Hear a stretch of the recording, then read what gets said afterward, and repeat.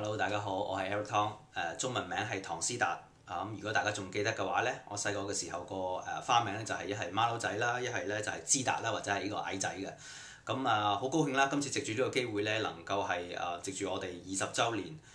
畢業20週年嘅紀念咧，就能夠同即係世界各地嘅同學再一次有一個嘅聯繫。可能係呢個 Facebook 嘅偉大發明啦，又可能係 Internet 啦，又或者可能係真係大家已經真係好耐冇呢個機會同同學有一個可以聯繫或者係見面嘅機會，可以能夠大家即係再聚埋一齊。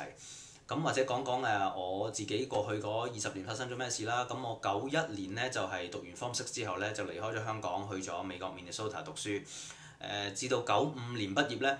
就留咗喺嗰度，因為要搞 Green Card 啦各樣嘅事情咧，就至到99年喺嗰度咧同一時間咧亦都係即係識咗我嘅太太 Carmen。然後跟住咧就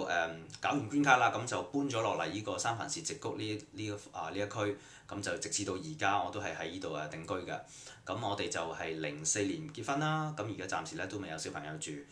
我自己做邊行嘅咧？我就係做呢個喺一個 IT analyst， 係幫 Cisco Systems 打工嘅。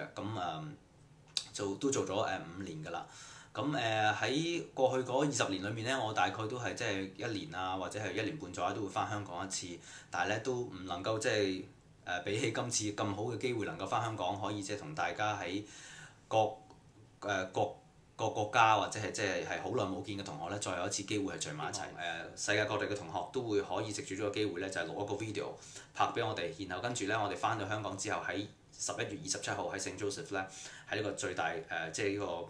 盛大嘅呢個聚會裏面咧，就可以即係同大家各個同學分享，睇下你哋嘅近況，介紹下你哋嘅屋企人啊，介紹下你哋嘅即係過去究竟20年嚟發生過咩事。好啦，唔該晒，拜拜。